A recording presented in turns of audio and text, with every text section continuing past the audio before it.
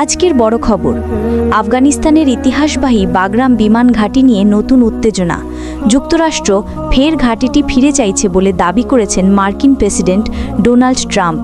আর সেই দাবিকে কেন্দ্র করে আন্তর্জাতিক অঙ্গনে শুরু হয়েছে তর্ক বিতর্ক।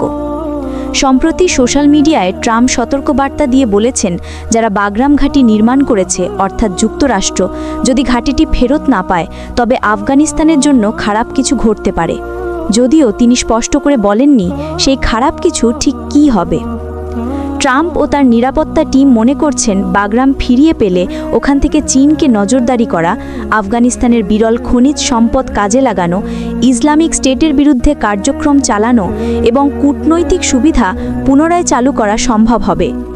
চীনের সঙ্গে ঘাঁটিটির কৌশলগত দূরত্ব মাত্র 1 ঘন্টার পথ হওয়ায় সেটি বিশেষভাবে গুরুত্বপূর্ণ বলে উল্লেখ করা হচ্ছে। বাগরাম ঘাঁটির ইতিহাসও দীর্ঘ। সোভিয়েতরা প্রথম এটি নির্মাণ করে, পরে 2001 সালে যুক্তরাষ্ট্র এখানে তাদের প্রধান ঘাঁটি স্থাপন করে। প্রায় 2 দশক এটি আমেরিকার দখলে ছিল। তবে 2021 সালে তালেবানের অগ্রযাত্রার পর মার্কিন সেনারা দেশ ছেড়ে গেলে ঘাঁটিটি চলে যায় তালেবানের নিয়ন্ত্রণে।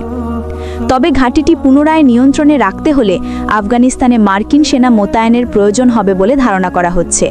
অথচ 2020 সালের চুক্তিতে সব মার্কিন সেনা প্রত্যাহারের প্রতিশ্রুতি দেওয়া হয়েছিল।